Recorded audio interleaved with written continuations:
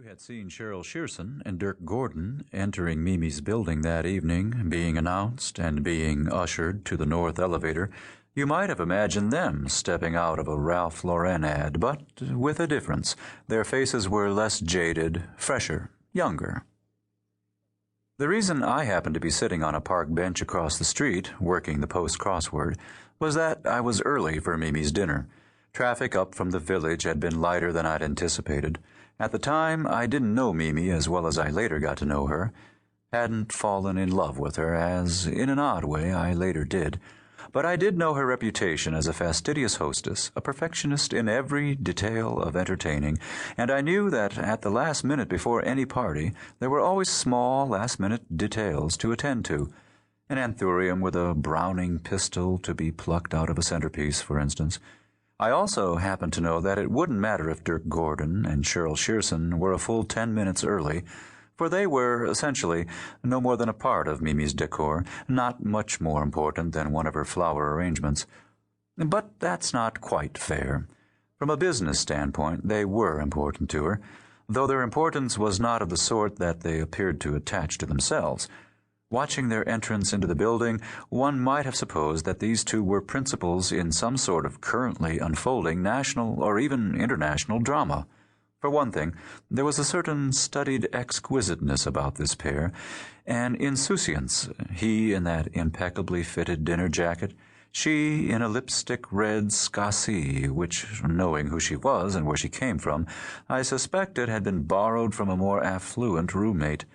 Then there was that moment when, after alighting from the taxi, they both paused almost haughtily beneath the building's marquee, looking first up the avenue, then down, as though they expected flash bulbs to start popping and videotapes to start rolling and were giving the cameramen time to adjust their shutters and set their lights.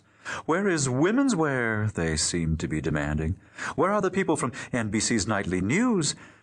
Of course, there were no cameras, and yet, in just a few weeks' time, or at least this was Mimi's plan, these two were to become the focus of just that sort of national attention.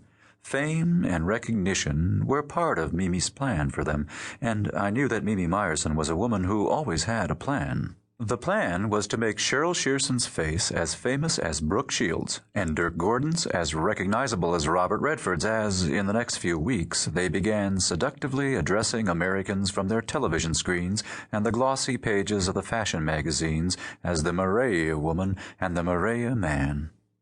If the campaign was successful, before it was over, each would have earned something in the neighborhood of $2 million.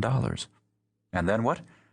Though these beautiful two did not know it yet, once this costly advertising campaign had run its course, both might find themselves virtually unemployable. It is one of the glum ironies of this business, for this is a business in which intense celebrity can be followed by an even more intense oblivion. It is called overexposure. A few years from now, I thought, unless they were very careful, she might be going back to modeling shoes on 7th Avenue, and he might become a dance instructor at Arthur Murray's.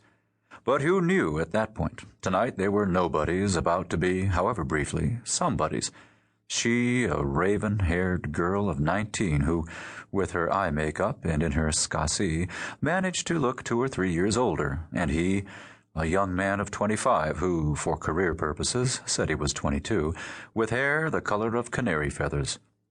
"I want a blonde male and a brunette female," Mimi had said. These were they. It didn't matter that they loathed each other.